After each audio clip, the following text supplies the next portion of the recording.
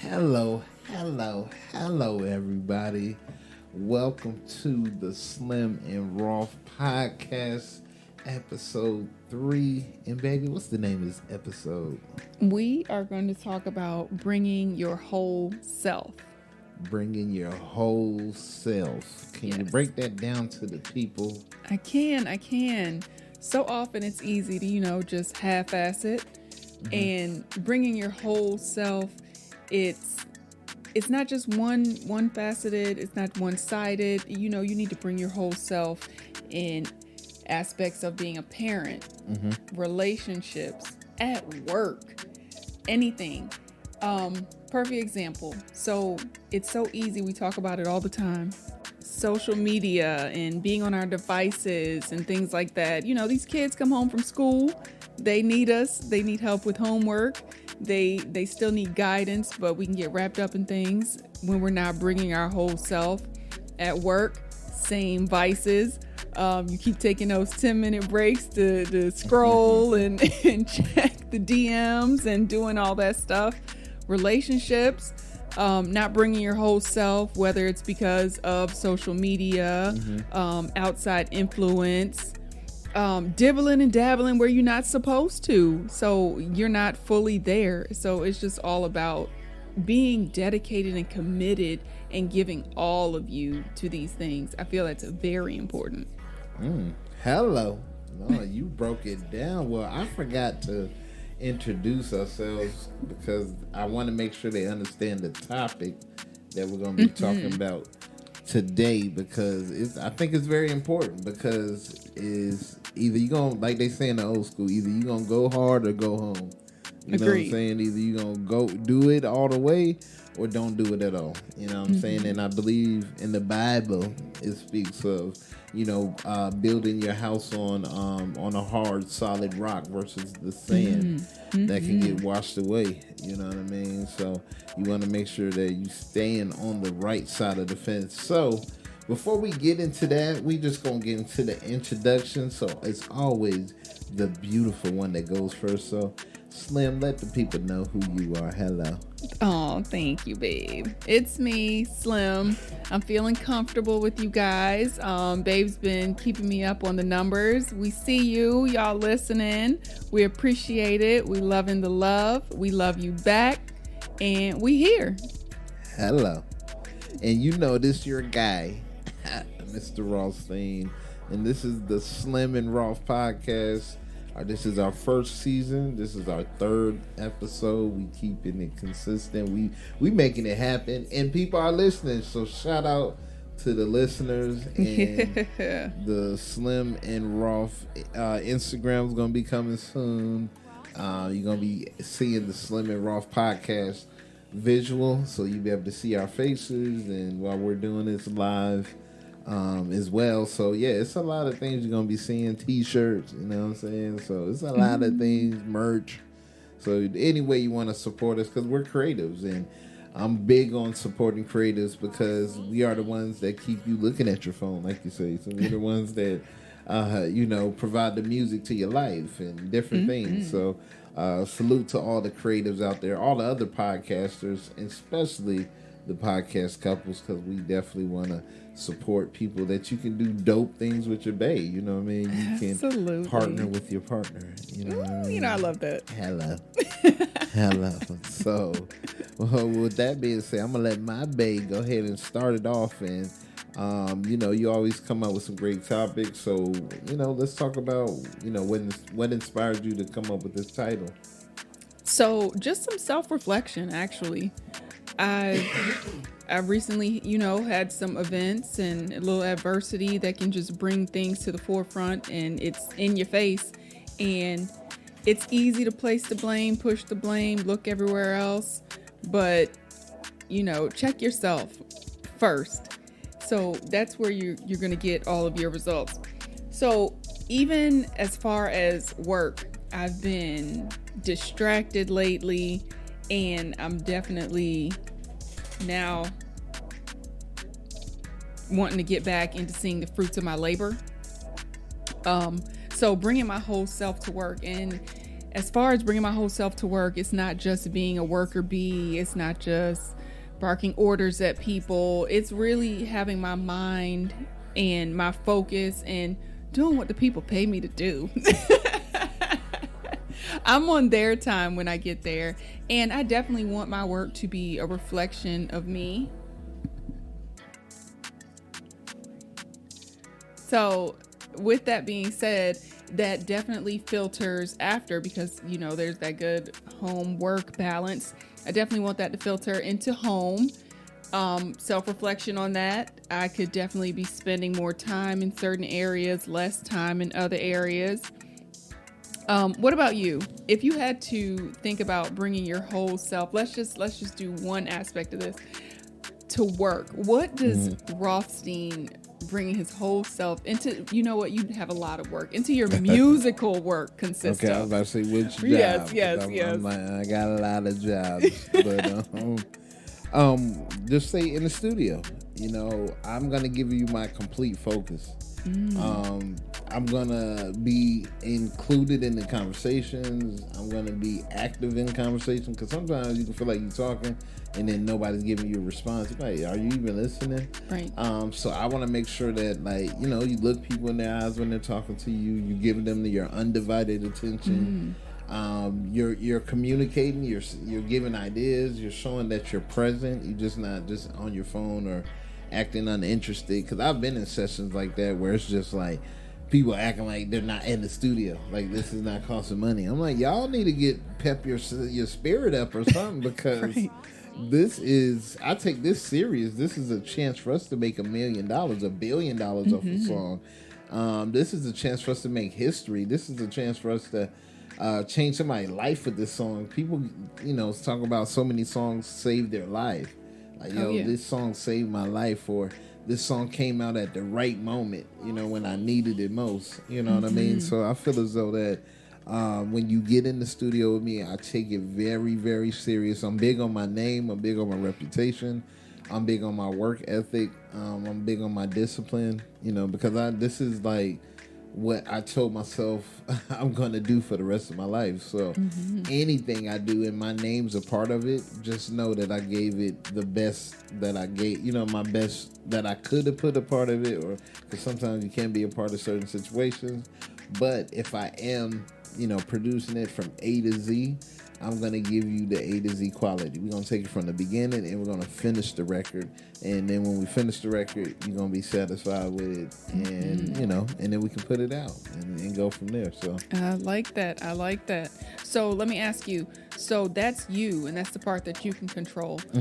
What or how is it handled when you have those artists that, or just anybody involved in the whole studio process that is dead weight? They aren't bringing their whole selves to it.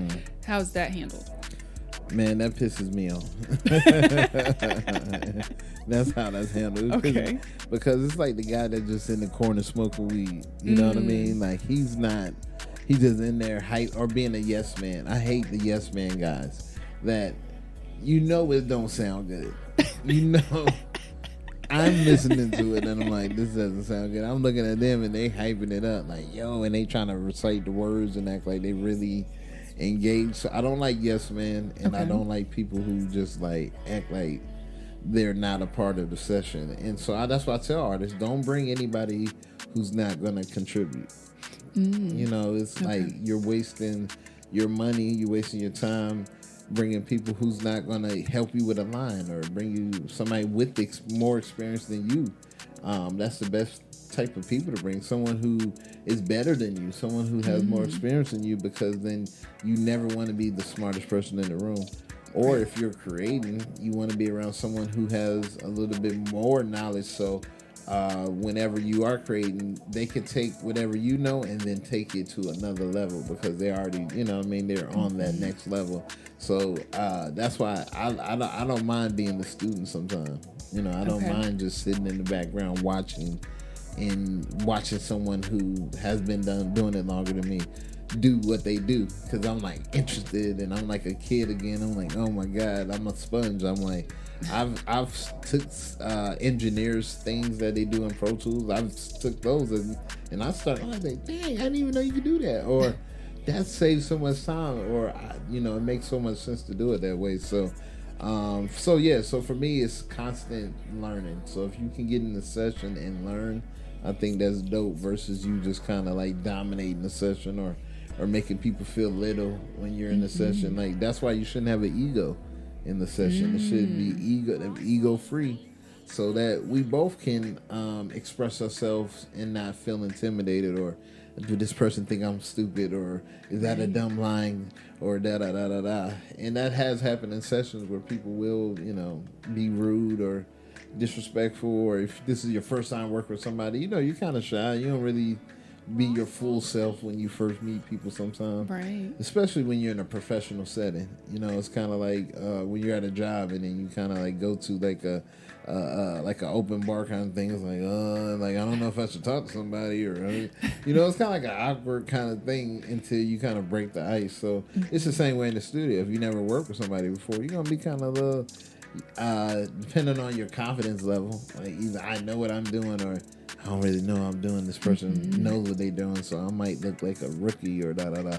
So then some insecurity can kick in. But yeah, I'll end right there with that. I like that. Definitely pick up on the no egos part.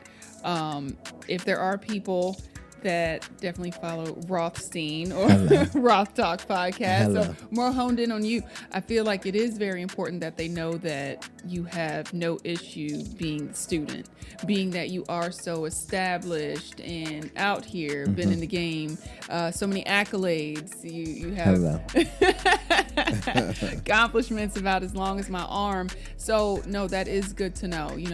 You aren't walking around with like a puffy complex or anything.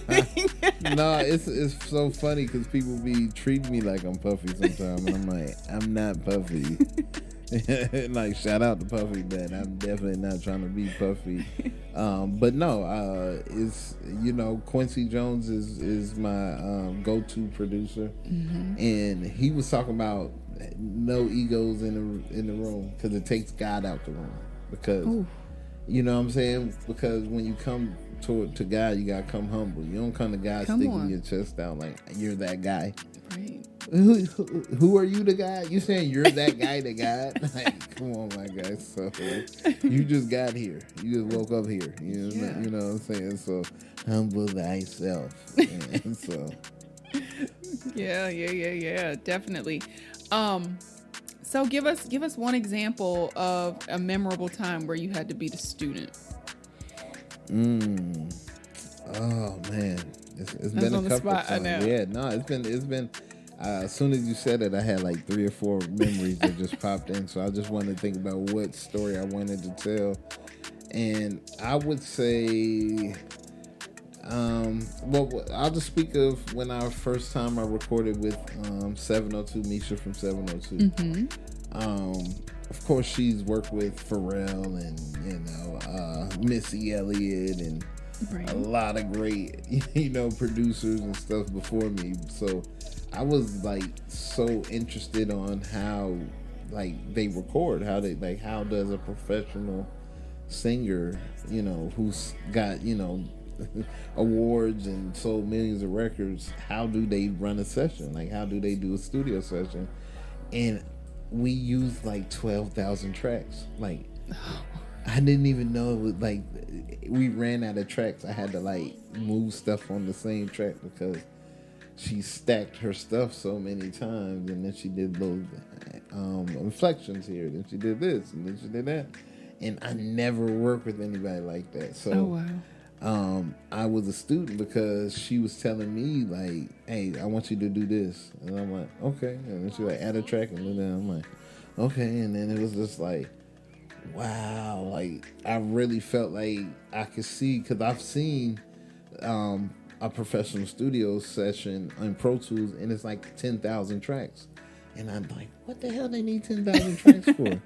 I'm like, no, you should probably about 20, probably max. But no, they have a little part here, and then a part here, and then she might do a little higher note here, and then she did this part here, and so it was like 5 stacks on one thing, and then this. So for me, I'd never seen that before, so that's when I felt like I was like a student, and she was telling me this and that, and then so when I took that kind of mindset into the other sessions, and when I work with singers and different things, I'm like, harmonize, or hey, finish strong. Like she really showed me like how to make a song like start slow and then at the end just go high notes and go crazy, and then you finish the song on a high note. And then so I'm like, wow.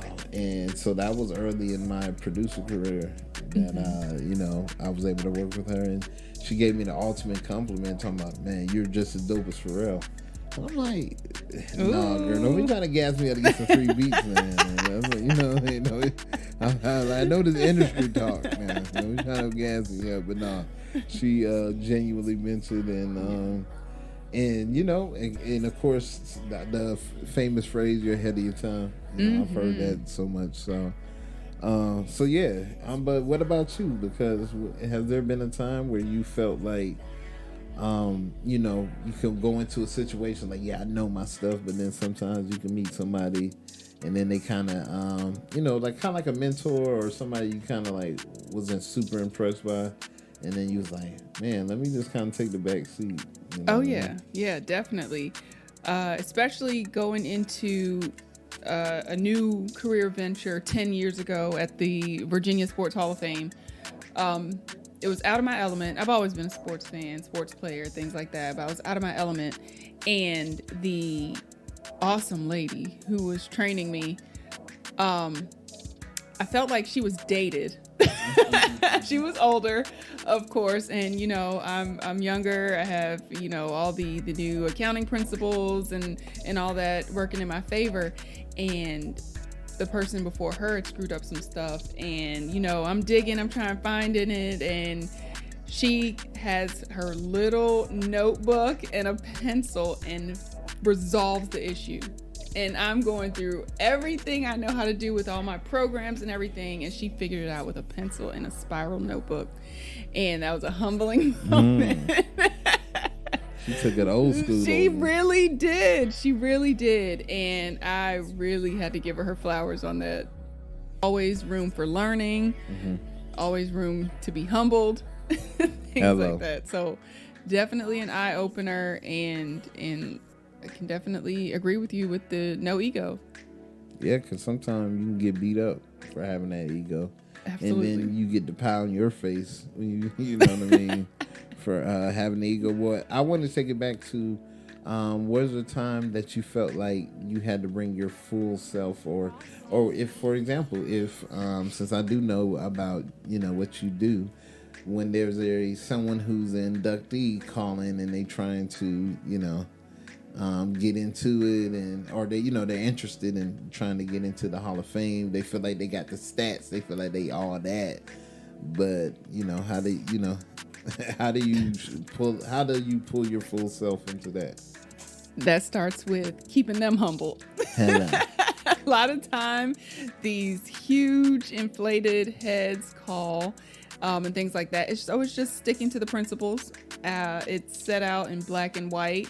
And there's a lot of sweet talking and bribing that wants to happen, but just sticking to what I know, what I do. Definitely keeping it professional, because like if my name's stamped on it, my signature's on it, that's a big deal to me. So it happens quite often without name dropping. I mean, I'm sure people trying to pop their collar and say, hey, I'm in this, I'm a part of it, because it's a prestigious, of course.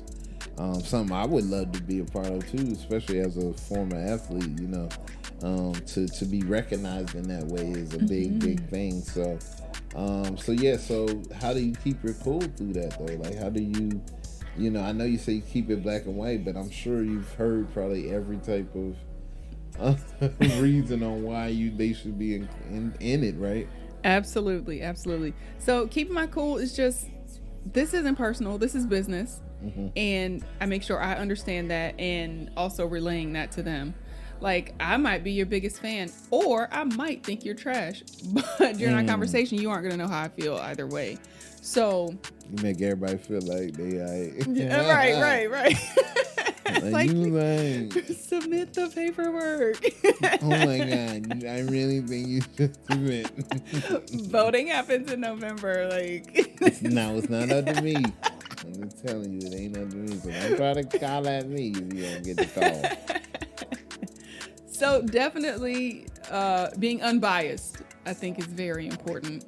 And like I said, just knowing that this is business. I'm not taking any of this home. I might clack a few keys on my laptop about it, but yeah, no, this isn't my life. My office hours are 9 to 5. I gave up office hours years ago. Don't hit me at the 5. And then don't hit me till about 11 on Mondays. Y'all, he's lying right now. He is 24/7, 365. Well, I mean, I feel as though, like, you know, when you're building something, you know what I mean? Like, when you're ground up, you really can't have any office hours. I feel like that's for established companies.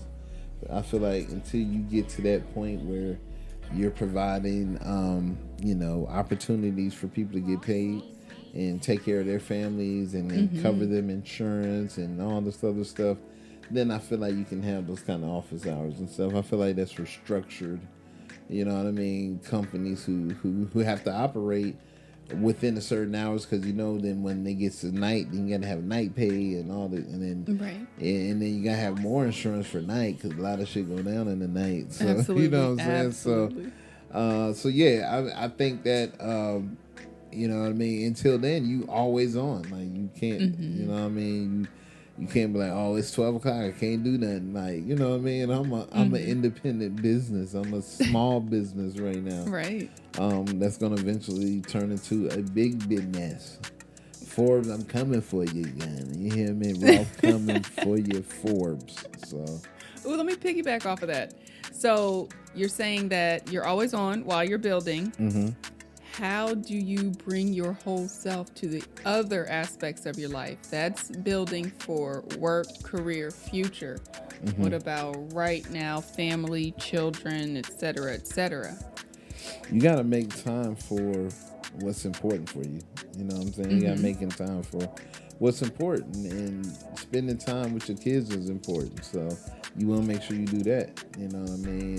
And kids nowadays don't even really want a lot of time like that, because they still want to do what they want to do, but they still want time. You know what I'm saying? Because then they be like, once they put their iPad down, I'm like, they ain't spend no time on, you know what I mean? But if you balance it, you spend time with them and they still able to, you know, of course, do what they do and hang with their friends and all that other stuff, then I feel like that's a good balance to 2023. There was a time back in the day when we didn't have phones and stuff to distract us. So we did have more conversations with our parents. We did go and do more stuff with our parents. Nowadays, look at how many kids want to stay in their room. You know what I mean? They don't even want to come out for dinner. You know what I'm saying? They just want to talk with their friends, be on Snapchat, Instagram, whatever, you know. So we're in a different age and time. So now it's just all about developing your kids, knowing what they into, you know, just keeping up with them. Just like all the parents did in years and years and years, but they have a different thing now because they're more social than they ever have been, talking to people from all over now. You know what I mean? Like with TikTok and all these other things, you know, keeping them occupied. So I always try to like make sure that, you know, week by week, either I'm spending time with this one, or I'm spending time with that, or I'm doing this, or I'm doing that. Spend time with my ladies, spend time with my homies, spend time with, you know what I mean? And just because I want to make sure that my most expensive luxury is my time. So that's for the people that I care about. Come on, tell them time is money. Hello. Yeah. It's time. We getting paid right now. Hello. Okay. What about for you? That's don't be trying to just flip it on me. I was about to step over that one. No birds. because you are a hardworking executive. You're a mother. You're, a girlfriend. You a cousin. You a meme. What not meme? What? Do not make me Mimi. I'm Mimi. That's what I meant to say. Mimi. So you're a Mimi. Yes. You're a sister. You're a daughter. You're a friend. You're cousins. I said that. You're giving me a lot of credit right now. No, I'm just giving you all the different relationships that I've noticed and how important you are to other people. So how do you bring your full self being pulled in so many different directions? I can't say that I always pass. There are times that I fail. However, prioritizing and time management are huge. Huge. So priority, a friend wanting to get together and watch some trash TV, no, as opposed to needing to go home and help with homework and cook for this man and love on him and all that good stuff. So, but then the weekend might come and my mental health or my unplugging, the priority might be meeting up with that homegirl to watch something stupid on TV. So one thing doesn't take precedence over the other. It just goes hand in hand with time management and just feeding what you need. And when things are open and understood and there's a good partnership there, there's room for all of it. So if I'm lacking, you got me. Things like that. So we make it work. Hello. All right. Well, I'm thinking that for just even the listeners out there, time management is everything, because people make excuses on why they can't do certain things. I don't have time, or I was busy, or I couldn't do this, or I couldn't do that. And I always think about like when people don't call you, and then it's like, oh, I didn't think about you. Like if it's important to you, you're gonna make time for it. You're gonna, Agreed. If you care that much, you're gonna make sure you call certain people if you care that much. Now, certain people is fake. I call it selective caring. And they only gonna care. True. Because if they need something from you. Yes. If they need something, they definitely gonna care. Oh, absolutely. Hey, I love you. I love you. I've been missing you. Man, where you been on my mind? What you know I've been on your mind? You been on my mind. I've been praying for you. I've been praying for you. I had a dream about you. You know what I'm saying? I saw you in my dreams, so I had to call you. But you got about $45 I can borrow. God dang, that's what you dreamed about me for? Ask me to borrow money. So, it's like, but if someone care, they gonna say, hey, pick up the phone, text. Very true. How are you? If you care. But like I said, people got selective caring. Guys will selectively care how you doing, baby. Right. Good morning, baby. How you doing? But then as soon as, you don't get what they want. Well, fuck you, man. Man, hold on, you just told me I was beautiful. You big hand, man, alien looking at me. But you was trying to hit this alien. Nah, I don't wasn't. I was just trying to use. You like, hold on. So it's just like how quick that can change. You know what I'm saying? How quick life can switch for you. That was real a perfect quick. example. You know what I mean? Man, hold on, you just was telling me I'm beautiful. Some guy in my DM saying I'm pretty. That's how you was on her DM, and she don't hit you back, man. Because you'll see the text thread. It's so hilarious. I see on Twitter, they'll cook guys. Stop DMing these women because they're going to cook you. One guy was talking to himself like 6 times, and he just lost it. She was like, hey, beautiful. Oh, you look good there. Oh, what you doing? Then he realized he's talking to her. Oh, you big head. Man, my God, you just was... I love you, girl. I want to take you out. And now you like big headed. So that's human beings for you, y'all. So don't be surprised when people just, you know what I'm saying, act one way and then act another way. I'm like, you was just acting this way now, this. So people will flip on you in the real world. And with humans, they will change on you. They will flip on you. My goddamn, I was just good just a week ago. Oh my God. Okay, so that goes to say change is inevitable. Hello. Hold on, I'm still tripping off of that. Because it's true. Am I lying? No, I'm flying. I'm right here. Very true. That's why it's so funny. It's not embellished at all. I see these guys like, hey girl, what's your name, girl? Hey girl. Why? Well, fuck you, nigga. Like, are you just being sweet right now, trying to buy me roses and shit, trying to act like, you know what I mean? I'm all that. Now you cussing me out. So right. Know. Is it really that deep? Those are the guys who, mom didn't hug them enough, and dad, no. Because they can't handle like being rejected. They can't handle being alone or somebody not wanting them. Mm-hmm. So that's how you can tell. You can tell people who have certain trauma just by their reaction to certain things. Okay.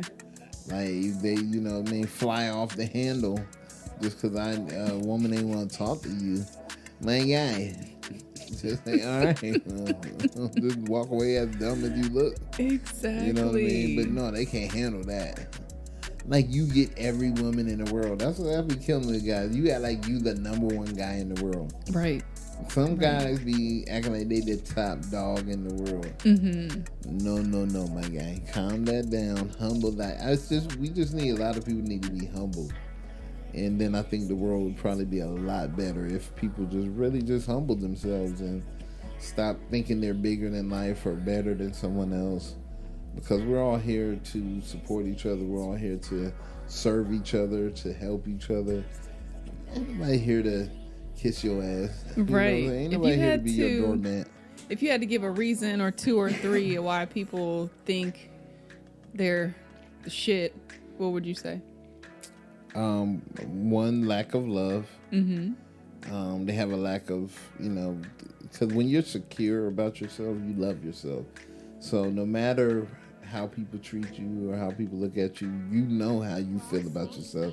You know what kind of person you are. You've been with yourself your whole life. Mm-hmm. Some people only catch you at this part in your life of your story. Right. They didn't see you grow up from a baby to where you're at now. They don't know what you overcame. They don't know your accomplishments. You know Very what I'm saying? True. So it's just kind of hard to, it's kind of hard for people to judge people when you only know this much information of the story. Mm-hmm. So for me, I just, I don't know. It's just, I just feel. So let me get back to the thing. Is lack of love. Because somebody didn't love them, so they're not securing themselves. Two, they really think they're their shit. They really have a complex in their mind. Like, either somebody told them that, somebody hyped them up and lied to them, or they lied to themselves to mask. To mask their insecurities. It all comes back to insecurity. Mm-hmm. And then the last part is that they want to feel important. They want to feel like they matter in the world full of all these people. In a room full of 1,000 people, I want to feel like I stand out or I matter. Right. I'm number one out of 1,000, and for me, it never been about being like number one per se or the best, because I feel as though as long as I can provide value and be a part of teamwork, and it's the bigger picture. Of course, winning is the ultimate thing, but people cheat to win. People pay referees to win. Mm-hmm. It's all type of things people do to win. But if you play with your heart and you play with the values, the core value like of sports and different things, then you know that it's like it takes a team and us believing in each other and us knowing each other's weaknesses and filling the gap for that weakness. If I know my guy can't shoot free throws that good, at the end of the game, don't pass me the ball. You don't need to get fouled one. You know what I'm saying? Or if I know my guy can't shoot threes good, don't shoot a fucking three. Mm-hmm. We down by 3, you're not shooting a fucking 3. you go grab a rebound. You know what I'm Right. saying? But I still love you the same. Even just like me, I may not be able to shoot a mid-range jumper that good, but I can rebound and steal and play defense and penetrate and do different things, shoot good free throws. So you know what I'm saying? So everybody has weaknesses. So once you recognize those weaknesses, it shouldn't make you feel bad you have weaknesses. Like, we're all here with great things we can do very well, and some things we can't do very well. Like I can't sing for shit. You know what I'm saying? So I wish I could sing, just like I'm pretty sure everybody who can't sing wish they can get and sing. So, you know what I mean? But I embrace that, and it's cool. I make beats, but I know what good singing sound like. Even though I can't sing, I know what good singing sound like. Right. So yeah, so that's my answer on that. So what would you think on what's 3 reasons on why people think they the shit and they, treat people and step on people and take advantage of people? I would say vanity. So it goes back to, somebody told them they look good, or, their mama told them they look good all day. My mama said I look good. My grandma used to oil me up. She said I was her favorite looking grandson, my handsome. Right. Most handsome grandson. Right. So pretty people, beautiful people tend to hurt people, sometimes unintentionally. Number 2, money. People definitely try and puppeteer other people with money. And 3, manipulation. I like that. For their own, back to the insecurities, to fill whatever void they have. I'm going to make you what I want or need you to be to make me feel better. So that would be my 3. That's dope, baby. You be so precise, right to the point with yours. I be just rambling and shit. You be right to the point with yours. But no, that was great answers, because being vain, we already know. I'm a little vain, you a little vain. Everybody, my listener, you motherfucking listening right now, you vain. Because that's why you dress the way you dress. That's why you wear your hair a certain kind of way. Post the pictures you post. Post the picture you put with a good angle. Why you ain't post that one you look cockeyed in? You had the Forrest Whitaker eye in that picture. Why you ain't post that one? Or the eyes, your eyes was closed. Why you ain't post that one? But there, you want to make sure when you present yourself a certain kind of way, because you're so vain. Right. Because if you didn't care, you'd go out with a booger in your nose, crushing your eyes. And sometimes I do just because I don't give a fuck. Because I'm lies. No, I do sometimes just because I don't want to be so vain sometimes. I'm it's a lot to be vain sometimes. I'm fuck this, I don't want to do this right now. I'm going out ashy right now. Yeah, I'll go out ashy because I don't feel like putting lotion on. I don't want to be so vain to where it controls me, and I'm trying to make sure every time I step out the house I'm looking perfect. Right. And even being a public figure, you know what I'm saying? It's when I go to public events and different things, I can't, you know what I'm saying? I want to make sure I look a certain way, because hey man, you seen Roth? He look like he on that shit. Looking like a pluck. What's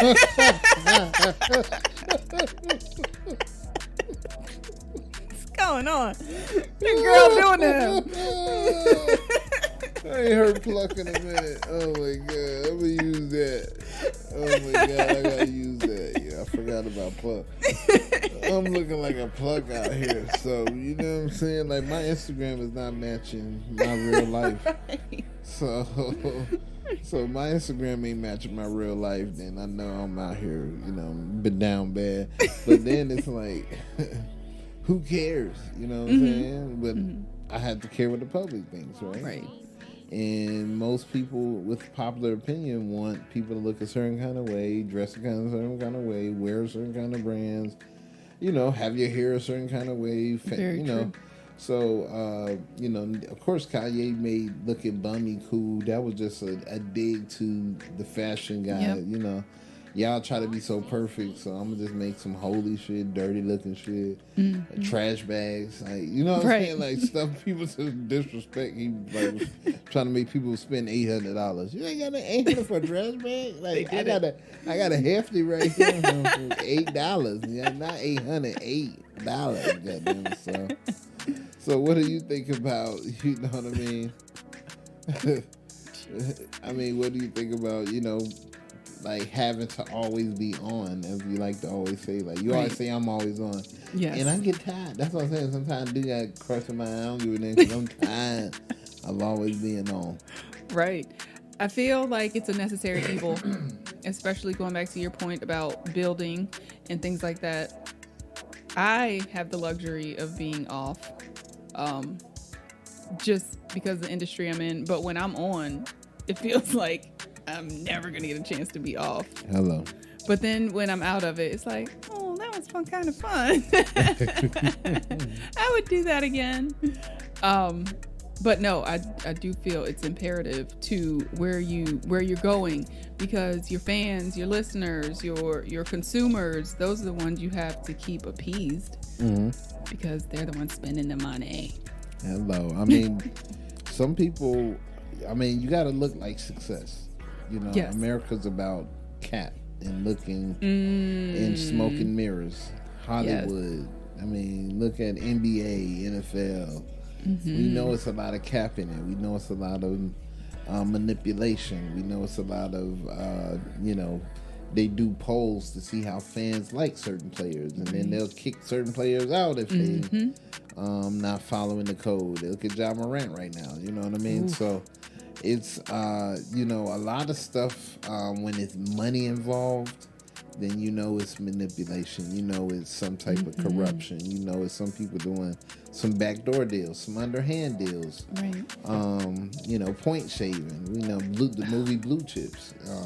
It showed college players and different. People doing things for money. We see people sell their bodies, their souls for money. Oh yeah. They'll do stuff that they wouldn't do. For money. So that's why I wanted to kind of transition to the thing. Why do you think money has such a effect on people to where they're just willing to do whatever? They'll steal, rob, lie, cheat, just to get paid. Because it's in our face of what money has done for the next person. And it's like, I want some of that. Matter of fact, I need that. I've never had that. I've come from whatever humble beginnings. Shoot, I might have come from upper middle class, but I ain't living like that. So I'm going to get that. So definite envy, some jealousy, and just having to have it. Now, would you blame Hollywood or Instagram or the internet or anything that shows like how rich people live and how much fun it is and how the cars they have and the food they eat? Do you think that play a part in why people want to do whatever to get this lifestyle? That's definitely a huge influence. Granted, even before all of that, there were always, there was that family, that lived around in the big house, or they let their kids go to the same public school as us or whatever, but they were still doing good, right, exactly. But yes, so to the point, social media, advertising, media, all of that, yes, is definitely putting in our face and making a huge impact on what the next person wants. That's a fact, man. You cooking over there, baby. You cooking. Thank you. No, it's so true, because again, I feel like it all comes from a lack of love. I feel like a lot of people have a lack of love, and they feel like things and items and being able to go places is gonna fill those voids. But a lot of that's, some of that damage you can't undo. You know what I mean? So that's why I feel like a lot of people have to learn how to cope and love themselves through whatever circumstance that you go through, because some people are born into some great situations. Like, can you imagine just waking up and you're Elon Musk's son or something. You just like wake up and you can buy whatever. Like, Right. Like, I feel like I'm buying a country today. Like what? Yeah, my dad's the richest guy in the world. Yeah. You know what I mean? Like, can you just imagine just butlers and like not having to, like, you don't have to make your bed, you don't have to wash your clothes, you don't have to feed you. Like, you can literally be on your phone and they'll have somebody feeding you for you. Mm-hmm. Like, can you imagine just having the most money in the world? Like, right, that's crazy. But on the flip side of that, that's first world looking out. Think about third world children or even our peers that are looking at us like, damn, wish I had some clean water. I wish I had heat. I wish I had internet. I wish I had an iPhone. I wish I had a phone. I wish I even knew what a phone was. Wish I had a sock to match this one. I just even had something to eat right now. Exactly. So, no, it's really real in certain areas. Like some people can't even hear this podcast. They're not even gonna be able to hear this podcast. Right. And it's not because of them. It's just the geographic region of what the circumstances are. And some people their leaders held them back. Their leaders didn't want to advance. Oh, yeah. They wanted to keep things their old traditional way. They didn't want to. America's kind of open because it's full of people in different cultures. Some people where they're located is on such lockdown, like China and different places where they control that stuff. I just seen a thing where I think Indonesia, where you can't shack up anymore, where you have to be married or you can go to jail and fined. Oof. Like you like it can't be no just us living together and no, we have to be married. They're coming to do bed checks. They're making sure, what's your address? This and is if they nuts. see a man and a woman at an address that's not married and they not related to you, you going to jail. So that's what I'm saying. Like, people are trying to control your life and control how you operate. And I saw Uganda's trying to outlaw LGBTQ. Tennessee just banned drag. So it's just saying, like, people are really trying to control how you move and operate. And I'm feeling like, as long as they're not hurting anybody, then they need to be able to do whatever they want to do. You know what I'm saying? As long as it's not violent. Now, if they're creatively expressing themselves and this is who they want to be or this is how they see themselves, then you can't tell. How you gonna tell me how I see myself or whatever? Exactly. You know what I'm saying? Or how I want to wear my hair or how that. So a lot of this stuff is just control. So, what would you like to say on that? I just hate that for them. What did these people do to you that you just want to stunt the advancement of your own people? It's disheartening. It's sickening. I hate it. Straight like that. That's it. Straight like that. All right. Well, you have another topic here, my love? Of course. One that I've wanted to touch on for a while. Remember we had that conversation about moths versus butterflies? Oh my God. Here we go. Okay, y'all. Here we go, y'all. We talk about this, and I always find these little moments to slip it in there. Even literally, Rothstein slapped the hell out of a moth the other day. Killed him dead on sight. He flew in my face. He slapped me with his wings. So my question was, would you have reacted the same way if that were a butterfly? Now, hear me out. Butterflies and moths are pretty much the same thing. They're cousins. They aren't biting you with venom. They aren't causing you any harm, anything. But a moth all dusty. And butterflies are so cute and pretty. Well, I'm going to give you one reason right Let's quick. go. Have you ever had a butterfly come in your crib? No. Exactly. They know their place. However, let me ask you. I never had a... Hold on. I never, ever, at many places I lived and been, and anybody I know has ever said, I had a butterfly come in my house. Right. Right? Right. That sounds like a logical thing that people say, right? Yes. They can agree that they have never had a butterfly come in the car. We can agree, right? We can. Now, let me ask you, everybody, my listeners out there, please leave a comment so we can see a poll. Yes. Have you had a moth come in your house? Yes. How many times? Countless. So you tell them these are violations. Do you know anybody that don't live in the crib and that's invited in is trespassing? And what's one of the commandments? Thou shalt not trespass. Let me Hold ask on. you. I'm not done there. I'm not done. Okay. I'm sorry. I'm cooking right you now. are. I'm cooking You are. because I'm making a point. Because I want to see in the comments. Okay. Type yes if you've had a moth come in your crib. Mm-hmm.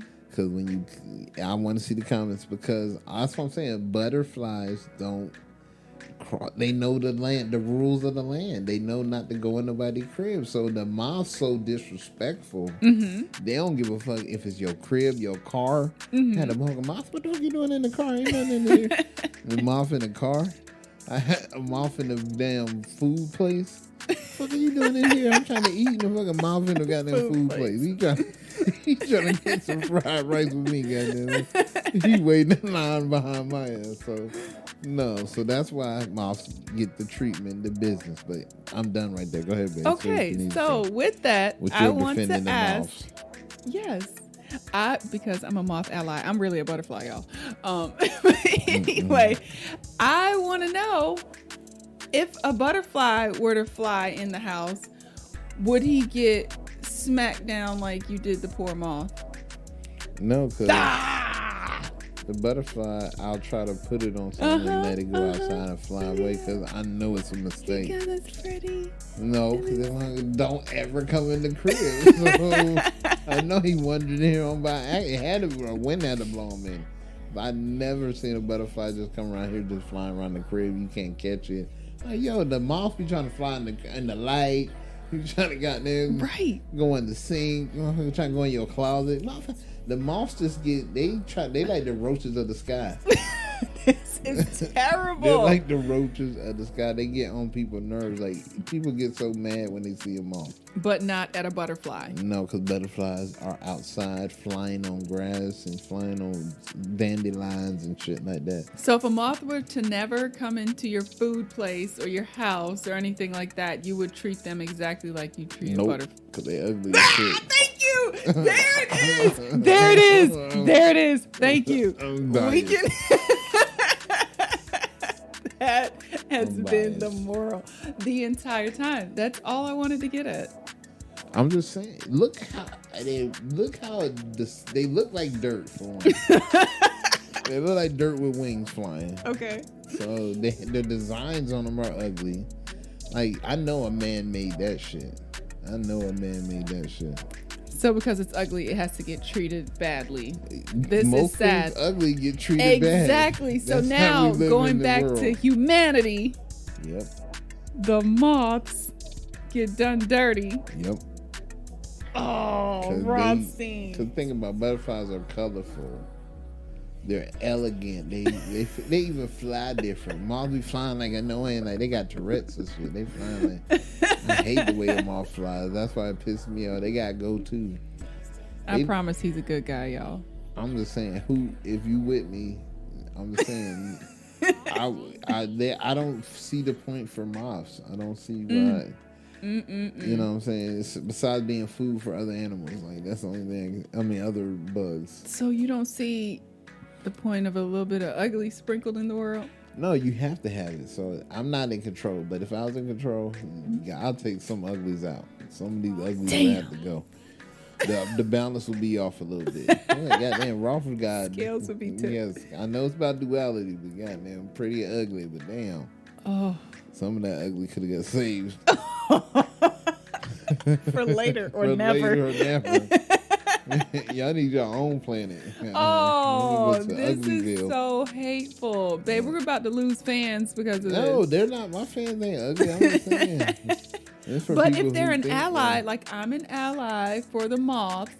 Well, I'm just saying, if there's a moth coalition that's gonna be beefing, yes, I'll take that smoke because I'm gonna have even more people that's gonna be on my side. Butterfly crew. There's gonna be way more butterflies crew than the goddamn moth Butterfly crew. crew. Remember when the game got the butterfly on his face? Oh my Remember God. that? He was a butterfly ally. So yeah.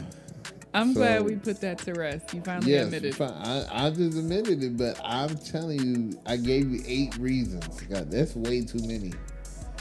Way too many reasons on why moth is. I'm gonna choose a butterfly over a moth. I'm team butterfly. Of course you are. Of course you are. You're team moth over here. I'm no.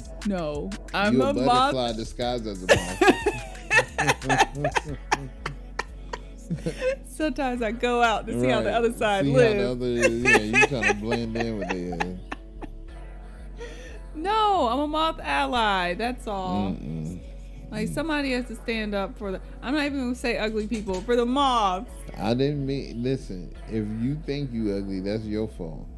You think you ugly. I'm not saying nobody's ugly. People calling them ugly though. Someone somewhere is calling a moth I think ugly. everybody in the world has been called ugly once.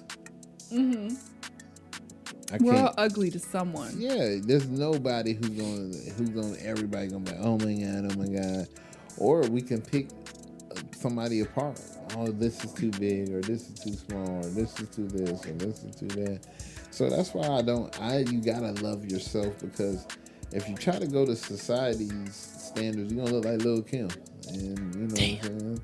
That's what happens when you try to go to society's standards. You can't never satisfy.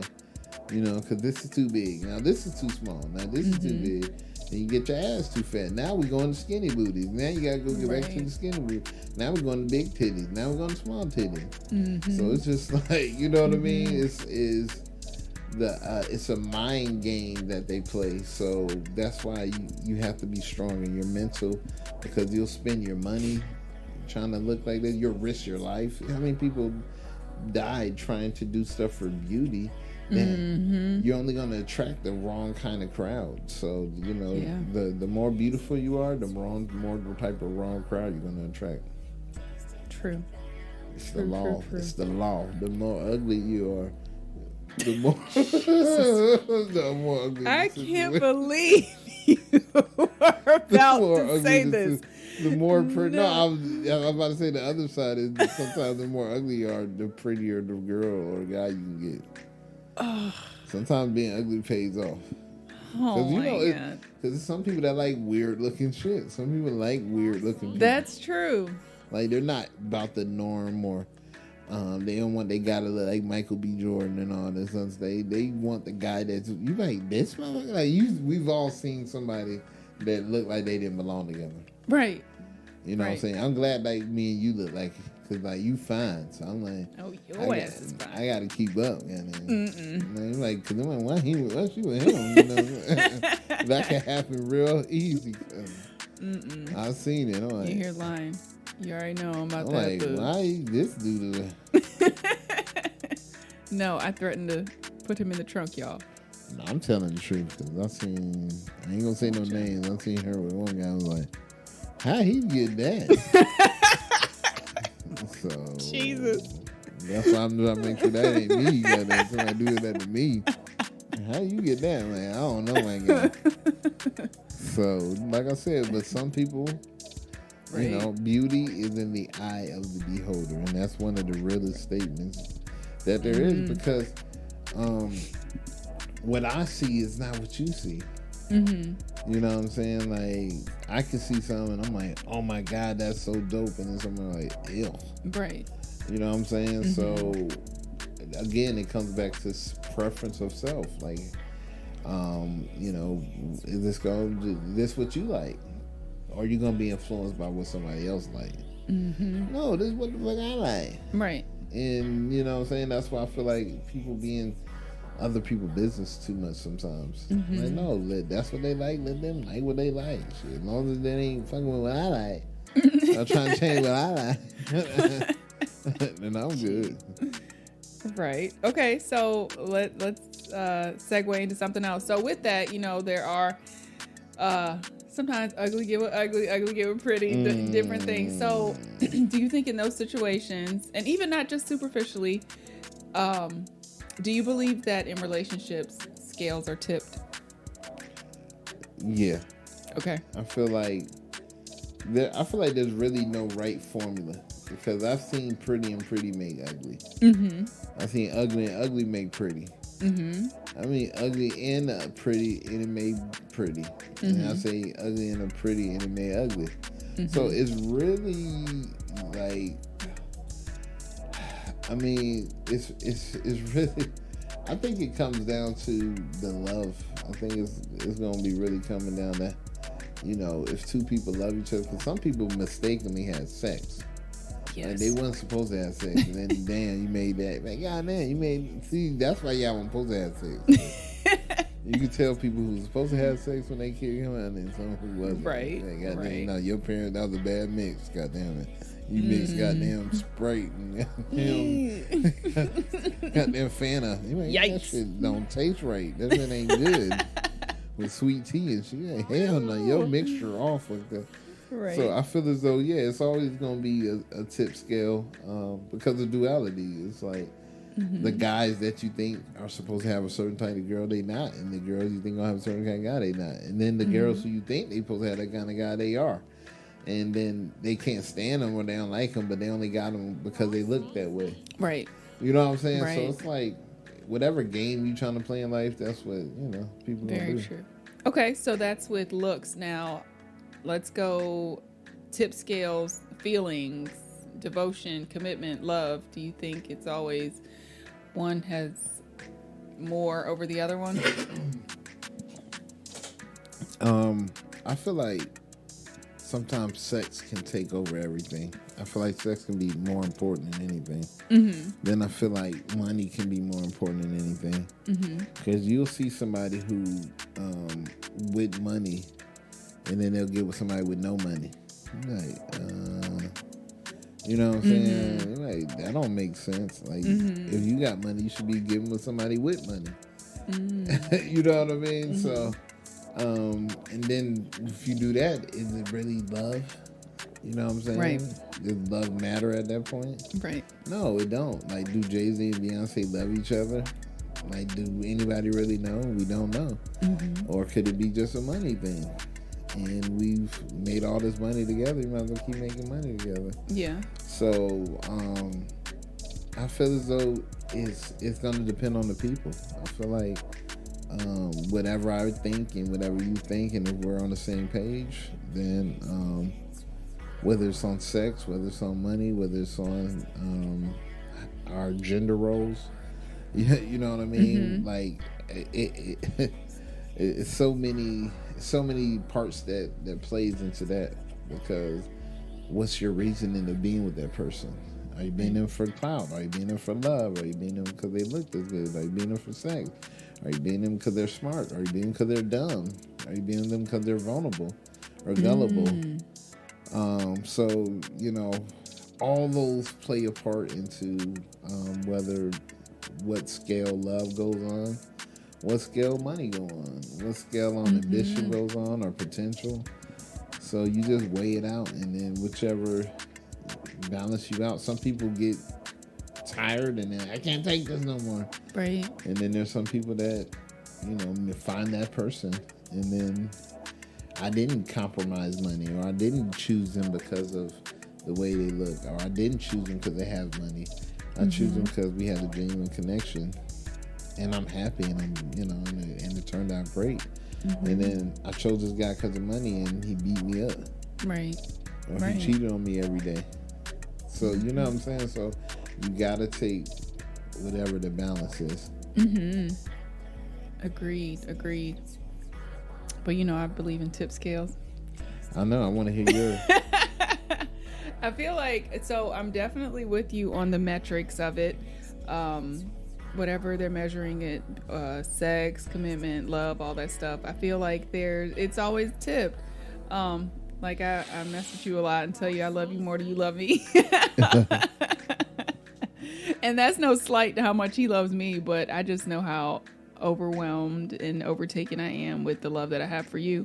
So just speaking for other people, one person might get tons of enjoyment out of their sex life and the other one doesn't. So now scales are tipped because of this and that. Then one person might be bringing their whole self to the relationship and the other one isn't as much. So now your scales are tipped there. So I definitely see it from both sides, and I definitely can appreciate you enlightening me and bringing to the forefront that there are different scales. So not just one like I thought it was at first. So thank you. No, I mean, I look at things, like I said, levels of seriousness. Like, am I going to devote a lot of energy to this? Am I going to put a little bit of energy, or I'm going to ignore it? Like, man, this shit ain't that important. It's not that serious to me, so I'm not going to put that much energy into it. So if I put those in different buckets, you know what I'm saying, then I can kind of break it down and analyze it better. It's kind of like looking at analytics. Like, do you want a general statement, or you want a kind of breakdown statement of what exactly everything is? And so when I'm like dealing with somebody, I look at, what is it about this person that I like? Right. What is it about this person I don't want to say don't like. Say don't like. I don't want to say don't like, but things that are different. Because sometimes it's stuff you don't like it just because it's different.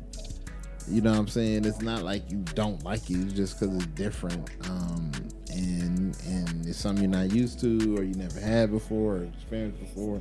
So sometimes it's hard to really judge it because you only experienced it one time. So it's like, you know what I'm saying? Like, I can't tell you how, I'll just say if I never smoked cigarettes before. I smoked it one time. Yeah, I didn't really like it. All right, but if you smoke it like 10 times, then you can buy. Well, the first time I smoked it was good, but then the third time wasn't that good. Right. So you have multiple experiences that you can kind of base. It's kind of like doing analytics, man. You just got to have more data. Like, if I watch you for one game, I'm not going to think you're the best player ever. Right. Like, I got to see your record. I got to see your track record. You know, I got to see you go through different adversities. Maybe you might be injured and then you play, or maybe, you know what I mean? So, everybody weigh those things on the scale. Jordan versus LeBron, they weigh that on the scale. Championships versus scoring championships, or playoff appearances versus LeBron being the number one all-time scorer now. So life is like that. We're just gonna weigh things in different categories. You know what I'm saying? Sometimes people put their kids on different scales. You know, they look at their kids. Very true. Like, oh, well, this person. No, they're different. You can't say they're, you know what I mean? They're all different. You can't compare and like, oh, this person's better. No, this person does better than this person do in this or this. And so comparisons, I don't like them, but sometimes I understand why they're there, because you need something to kind of go against. But then competition, sometimes everything's out of competition. You know what I mean? Sometimes it doesn't need to be a competition, So, life's a game, but it's not a game sometimes. I like that. I definitely like that. Come on, then. Look at you being all deep. I'm sorry. I'll just be running my mouth. You give us the whole picture, not just the big picture. You give it to us. Hello. I don't know. You got anything for us? Well, I mean, we before we get out of here, I do want to hear your opinion, because I definitely want to recognize, shout out to, this is Women's Month, and it was International Women's Day. So I definitely want to send salute and love to the ladies and to the women out there who hold it down each and every day. So, since you're representing for your ladies, for the ladies out there, can you just kind of give us an insight on where do you think being a woman is headed? Because we've seen so many changes throughout the years, with, of course, women getting equal rights and pay. But looking at where we're at in 2023, where do you see the future of women? Do you see women being in more roles? Do you see a woman president? Like, where do you see just women? I'll just say in the next 5 years, what do you think we can see from the ladies? The ladies. are going to continue to bring it. Hello. There are no more ceilings. We went through the glass ceilings, we went through the brick ceilings, and you know what, we're gonna keep going. And not just politically, not just in the household, not just the workforce. We're owning it. We're owning our sexuality. We're owning professions. We're owning businesses. Hello. Taking it over. The time is now for the shift. Well, actually, it's way late for the shift. So it should have been happened. So you can definitely expect to see the unexpected from women. I like that. I like that. And like you said, I feel like it's the right time, but I feel like it shouldn't even took, like you said, this long. But I feel like it just feels like the right time for seeing women like be so proud and living out loud and not being afraid to take the lead and not being afraid to take charge. Right. Because there's been a lot of times where some guys try to keep a woman in the back or keep a woman under them, or be afraid of a woman having a profession, or even just having a woman be a boss or over them. Which is just so dumb, because I mean, we all know how dope women are. I mean, we know how smart you got, the multitasking skills, the being able to break down a situation to the finest detail, being able to investigate, being able to understand problems, being able to solve problems fast. It's so many things I admire about a woman, admire about you. Just how you know what I mean? I know it's not easy being a woman, having, of course, because guys can be so aggressive, guys can be misogynist, we know that, we know how guys can be on a daily basis with women. And so I just want to make sure we take time out to recognize, and I'm excited to see all the queens doing their thing, and I'm a little jealous. I ain't gonna lie, I'm a little jealous to see all these women going on trips and having a good time and creating memories, and you know what I'm saying, just being happy and having some friends to go around and do that with. And I want the fellas to start doing that more. So fellas, I'm pushing for us to have fellas trip. I know your girl, maybe if you ain't acting right, your girl might be triple dub, but if you are acting right and handling your business, you do deserve a fellas trip where you can go out. And I see my guys, shout out to my guy Roth and them, they went to Colombia. And nice. It was about 8 of them. Nice. All brothers doing their thing, fathers, businessmen, doing their thing. So it was good to see that. So I want to see more of us fellas get out there and start doing those trips. But it's the ladies' time. And they just gonna expect the unexpected. I like that. Expect the unexpected. Yes. When it comes to these next 5 years, because the leadership, the power, the education, the skills, we can learn a lot, fellas, from these women. So just get ready, man. So that's all I had, man. I just want, like I said, I want to definitely recognize, because I never want to, especially for me, I never want to make a woman feel like she can't be seen, or you know what I mean, or heard, or you know what I mean, because it's like it's duality. We need each other, and Absolutely. the stronger we are together versus apart. Talk about it. We're stronger together versus apart. You know what I mean? So, as a man and woman get together and join forces, oh my God, unstoppable. I mean, look at us. Hello. We got powerhouse. You know what I'm saying? So fellas, get you a lady, a woman, and become a powerhouse. Because some guys think it's all about having multiple and all this other stuff. If that's what you're into, cool.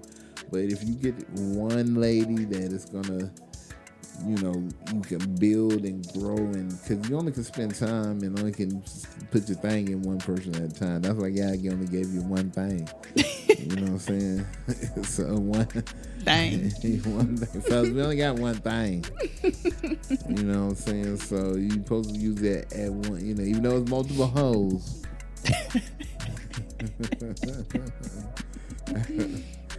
but but anyway, well, I'm done, baby. You got anything else you would like to add? Not tonight. I think we gave him some good stuff. Oh man, this was another dope podcast, and time goes by so fast on It this does. podcast. I'm looking at, I'm like, wow, like we've already been rocking. So, all right, y'all. Well, this has been another Slim and Roth Podcast. podcast. Hello, and we'll be posting this on SoundCloud, YouTube, Apple, Spotify. And anywhere you can find your podcast. So we will be back with episode 4. So make sure y'all stay tuned. Make sure you follow us and subscribe on YouTube. Follow us on SoundCloud. Shout out to our listeners. And we gonna keep providing this content because somebody listening out here again. Now, we ain't had no listeners. I say, baby, this ain't it. But we got listeners. We got listeners. Hello. So, all right, y'all. Well, we about to get up out of here, man. Y'all make sure y'all continue to support the Slim and Roth podcast. And we out. We out. Love y'all. Peace.